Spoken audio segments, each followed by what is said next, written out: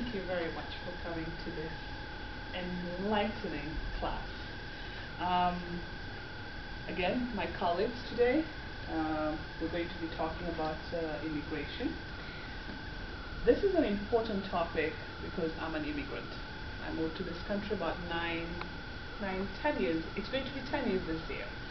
Um, and as I've always talk to my friends, whether they're here or in Africa, being an immigrant in America has been kind and generous to me. But you also have to realize that I came to this country legally, so I didn't have to go through the process of trying to cross the border illegally, go through being deported or being detained by INS. So I was blessed, I was fortunate, I had a sponsor. So looking at that, who is an immigrant? An immigrant is a person who comes to this country trying to look for a better life. Looking at my case, I came to the United States because my country is at war. So I left my country to come and find a better life for me and my family. So in the United States right now, I believe we're about 5 of us who live here, and the rest of us are in Europe. The reason we moved out here was the fear of persecution. You don't want to be caught in a civil war. I mean, it's one of the most dreadful things you want to experience in your life. A lot of people come to the United States also for religious freedom. I mean, this country was based on immigrants, right? So I truly believe that as a country, a melting pot, what an incredible opportunity for immigrants and the way they've been treated. However, some of them tend to be treated negatively, and I'll touch on that a little later. There is a Council of Economic Advisors, and actually I didn't know about this until I did some research. The beauty about this organization is it looks out to just make sure that immigrants are treated right. It's set up to gather timely and authoritative information concerning economic development. And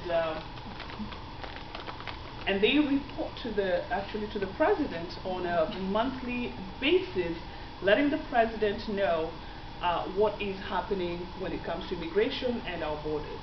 So a great website to go to and learn about the National Immigration Law Center.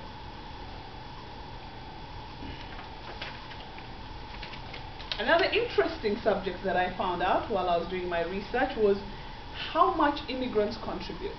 And this is actually, I think I went ahead of myself. Oops, I'm sorry.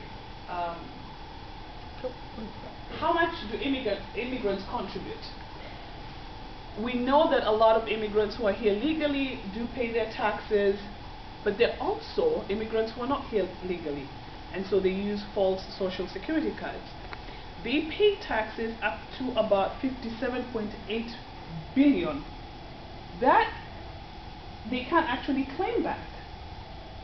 And so I know we always talk about they don't pay taxes, they get cash money, but no, actually they do. And this was incredible to find that they do pay taxes, but they use false social security. Can you imagine if they were using legal social security, how much more we could have benefited? But still, 57.8 billion, that's a lot of money being invested into the country. Living in Arizona, unfortunately, I've seen negative publicity when it particularly comes to the Hispanic or the Mexican immigrants coming to this country.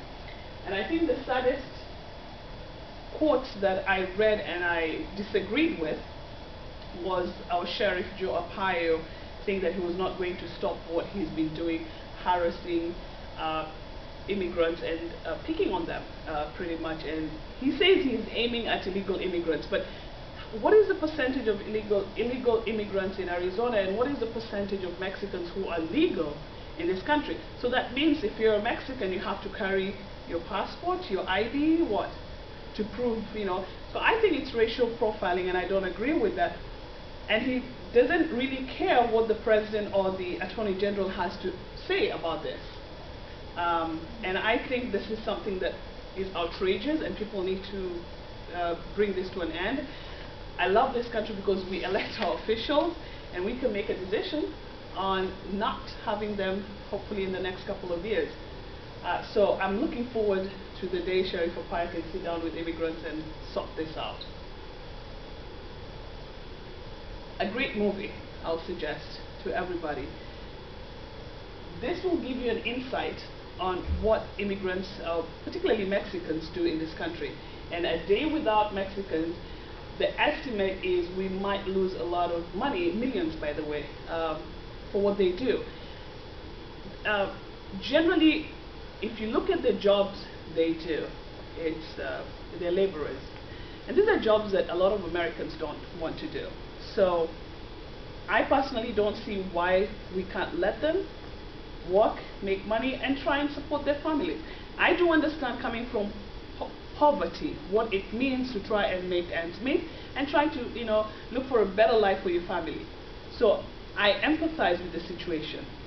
However, I think we should find, a solution to the problem, and that's something I'm hoping we can work towards. What I also found out from a study by a Harvard economist, George, he indicated that about the wage reduction was about 7.4%, meaning a native-born man in this country lost about 1,700 or 4% compared to where we were before 1980. So in 1980.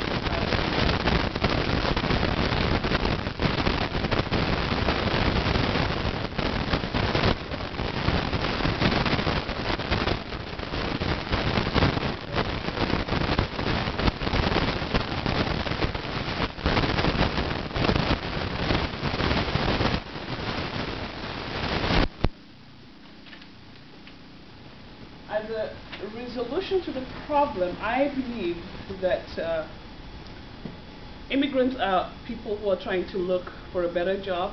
They're looking for a better life for themselves and their family.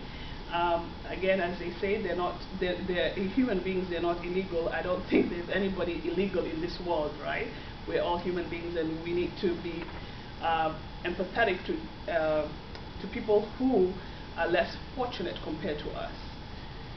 I believe we should find ways to overhaul the nation's immigration laws so that the estimated 12 million can get into a process where, just like I did, pay towards the system and get your papers in order, and hopefully,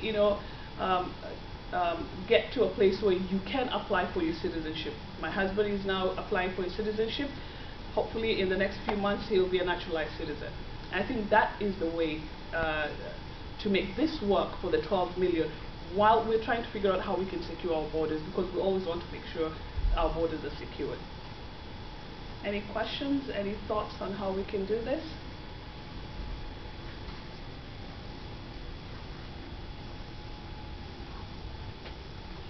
Thank you. Appreciate it.